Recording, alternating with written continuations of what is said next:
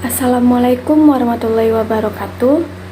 Perkenalkan, nama saya Anissa Wulandari dengan NIM 4192111005. Saya dari kelas PSPMC 2019.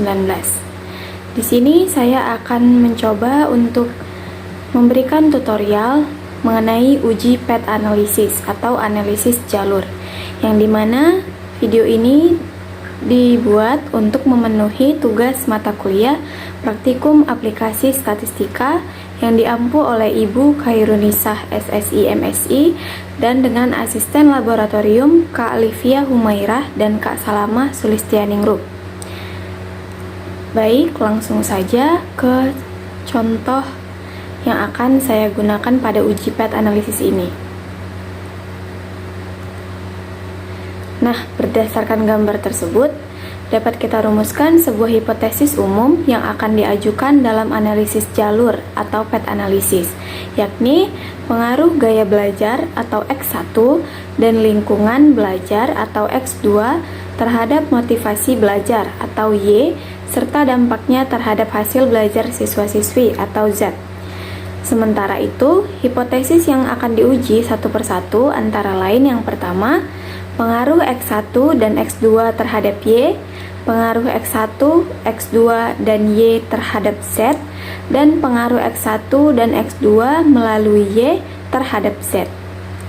Berikut ini merupakan data yang akan saya gunakan.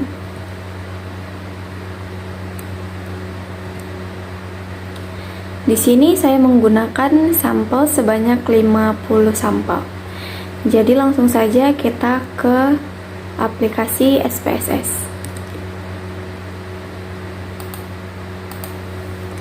Nah, sebelumnya saya juga sudah menyiapkan data tersebut di Microsoft Excel sehingga akan memudahkan kita untuk memindahkan datanya. Kita buka terlebih dahulu SPSS, kemudian di variable view kita masukkan variabel yang pertama yaitu X1. Kemudian variabel kedua X2, variabel ketiga Y, dan variabel yang keempat itu Z.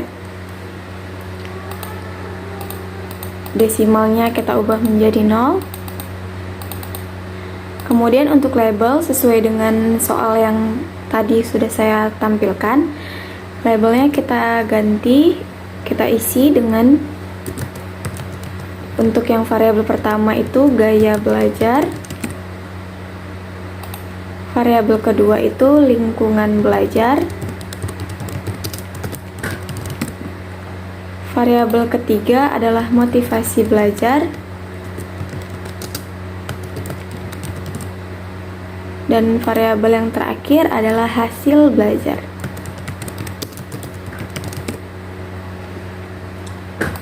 Nah, kemudian kita ubah tata letaknya menjadi di tengah. Untuk measure-nya kita ubah menjadi scale, baik itu variabel pertama maupun variabel hingga variabel keempat. Nah, kemudian kita masuk ke data view. Di data view ini kita masukkan data yang tadi ada di awal video ini, yaitu yang sebanyak 50 sampel. Nah, di sini saya sudah menyediakan di Microsoft Excel. Jadi kita tinggal mengkopinya saja.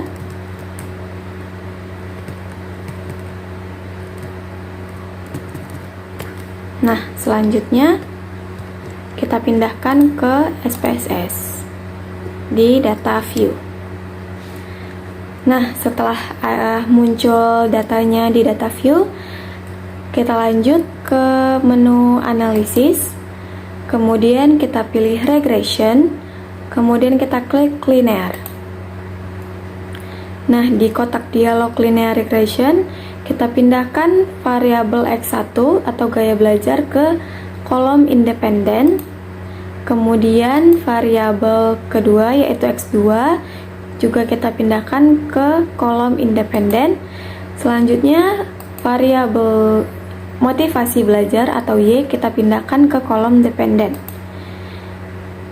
Nah, jadi ini merupakan salah satu model atau sebutan model 1 yang pertama kita analisis, kemudian di sini kita klik OK, maka akan muncul tampilannya di output.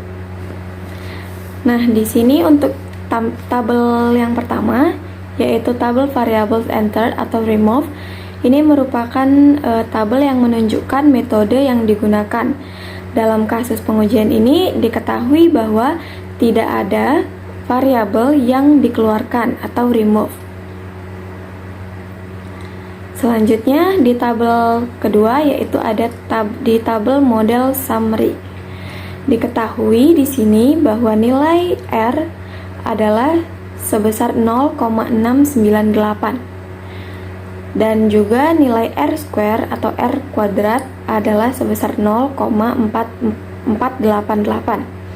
Hal ini menunjukkan bahwa kontribusi variabel X1 dan X2 terhadap Y adalah sebesar 48,8%. Sementara itu, sisanya yang sebesar 51,2% merupakan kontribusi dari variabel-variabel lain yang tidak diteliti. Nah, selanjutnya di tabel ANOVA. Dapat dilihat pada tabel ANOVA bahwa nilai F hitung adalah sebesar 22,363, sementara untuk nilai signifikansinya adalah sebesar 0,000. Karena nilai signifikansi ini yaitu 0,000 lebih kecil daripada 0,05, maka dapat disimpulkan bahwa memang ada pengaruh atau kontribusi variabel X1 dan variabel X2 terhadap Y. Artinya, terdapat pengaruh gaya belajar dan lingkungan belajar terhadap motivasi belajar siswa. Selain itu, nilai perbandingan nilai signifikansi juga mengisyaratkan bahwa model regresi yang dibuat adalah signifikan. Nah, di tabel terakhir yaitu di tabel coefficient. Dapat dilihat pada tabel ini, nilai signifikansi dari kedua variabel, yaitu variabel X1 atau gaya belajar dan variabel X2 atau lingkungan belajar adalah untuk variabel 1 gaya belajar atau X1 adalah sebesar 0,003 dan untuk variabel X2 atau lingkungan belajar yaitu sebesar 0,001, di mana nilai kedua ini lebih kecil dari 0,05 yang mengisyaratkan bahwa variabel X1 dan variabel X2 berpengaruh secara signifikan terhadap X. Selanjutnya, untuk menguji model 3, kita kembali pada data view. Nah, selanjutnya kita pilih menu analyze, kemudian di menu regression kita klik linear. Nah, kemudian kita reset terlebih dahulu. Nah, di sini kita pindahkan gaya belajar, lingkungan belajar, dan motivasi belajar ke kolom independen. Sedangkan untuk hasil belajar kita pindahkan ke kolom dependen. Nah, kemudian di sini kita tinggal mengklik OK, maka akan muncul output yang baru. Nah, di tabel pertama, sama halnya dengan output sebelumnya, di tabel variable entered ini dapat dilihat bahwa tidak ada variabel yang dikeluarkan atau remove. Selanjutnya untuk di tabel model summary, dapat dilihat bahwa nilai R square atau R kuadratnya adalah sebesar 0,680. Di mana hal ini menunjukkan bahwa kontribusi variabel X1, X2, dan Y terhadap Z adalah sebesar 68%. Sementara sisanya yaitu sebesar 32% merupakan kontribusi ataupun sumbangsi dari variabel-variabel lainnya yang tidak diteliti. Selanjutnya ada di tabel ANOVA. Dapat kita lihat bahwa nilai F hitungnya adalah sebesar 32,570, sementara untuk nilai signifikansinya adalah sebesar 0,000. Karena nilai signifikansinya lebih kecil daripada 0,05, maka dapat disimpulkan bahwa memang ada pengaruh atau kontribusi variabel X1, X2, dan Y terhadap Z.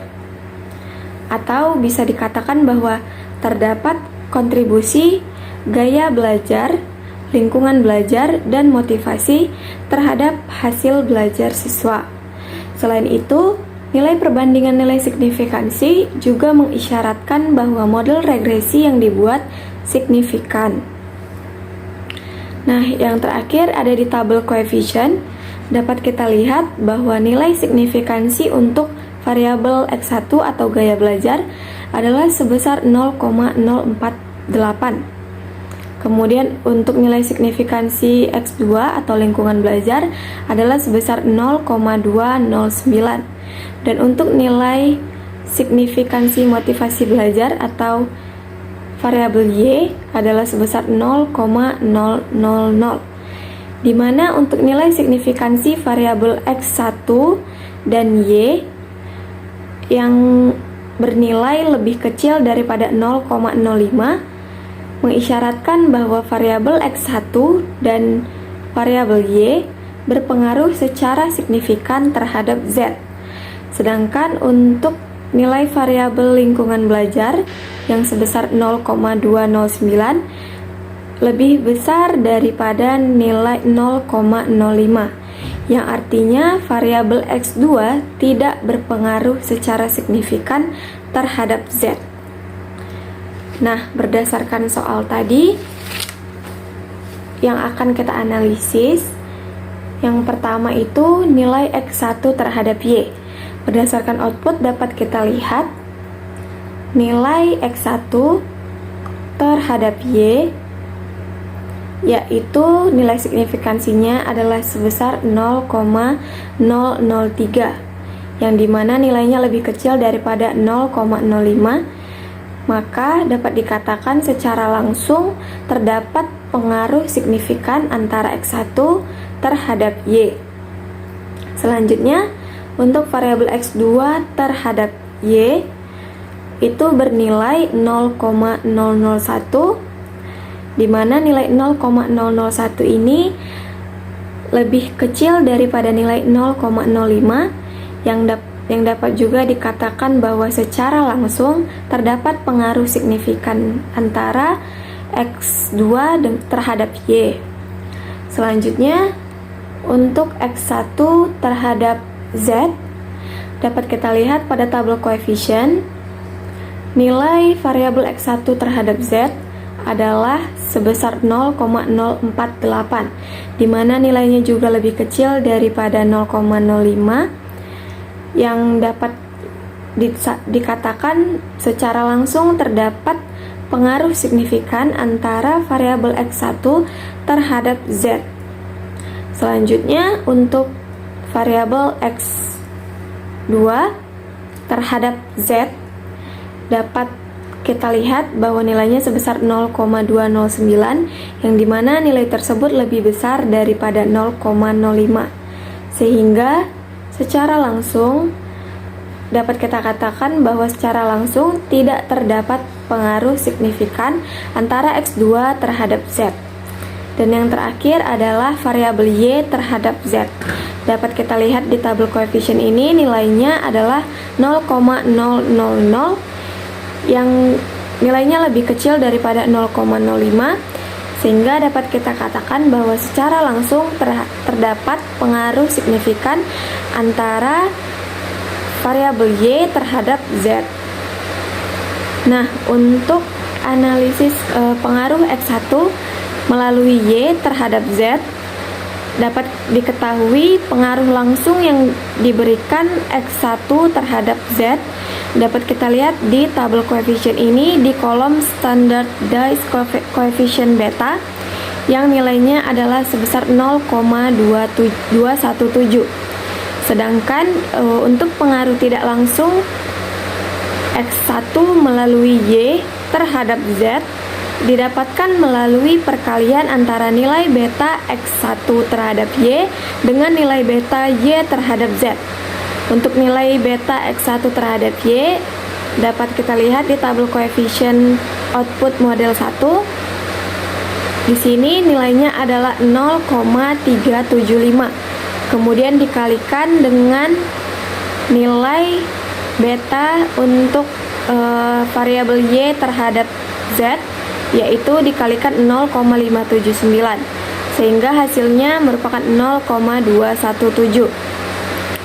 Sehingga pengaruh total yang diberikan X1 terhadap Z adalah pengaruh langsung ditambah pengaruh tidak langsung, yaitu pengaruh langsung 0,217 ditambah pengaruh tidak langsung 0,217 sama dengan 0,434.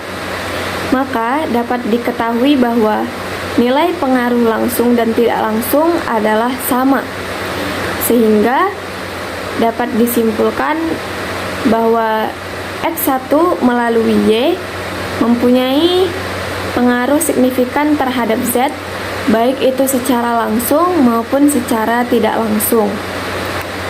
Kemudian yang terakhir untuk analisis pengaruh X2 terhadap melalui Y terhadap Z, itu dapat dilihat dari nilai secara langsungnya, dapat dilihat dari nilai X1 terhadap Z di tabel koefisien model 3, yaitu nilainya adalah 0,139, dan untuk nilai secara tidak langsungnya, pengaruh tidak langsungnya dapat dilihat sama seperti sebelumnya, yaitu dari nilai beta di model 1, yaitu 0,428 dikalikan dengan nilai Y terhadap Z, yaitu 0,579, hasilnya adalah 0,248, sehingga pengaruh total yang diberikan X2